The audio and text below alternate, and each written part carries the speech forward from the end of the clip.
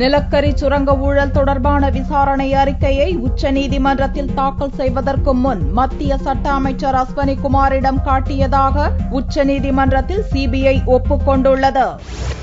நிலக்கரி சுரங்க ஒதுக்கீட்டில் நடந்த முறைகேடு குறித்து விசாரணை நடத்திய சிபிஐ அது தொடர்பான விசாரணை அறிக்கையை உச்சநீதிமன்றத்தில் தாக்கல் செய்தது. விசாரணை அறிக்கை தாக்கல் செய்யப்படுவதற்கு முன் அந்த அறிக்கையில் மத்திய சட்ட அமைச்சர் அஸ்வனி குமார் திருத்தங்களை செய்ததாக பாரதிய ஜனதா குற்றம் சாட்டியது.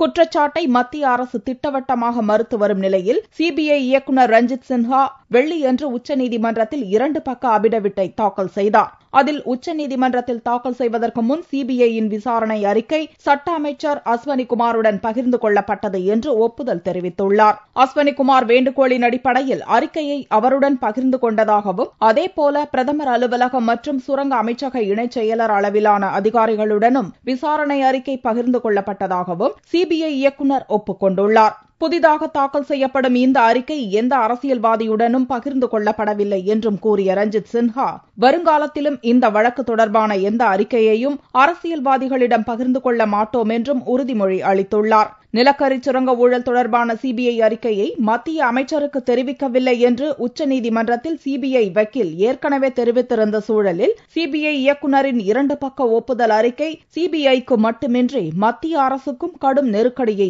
ஏற்படுத்தியுள்ளது.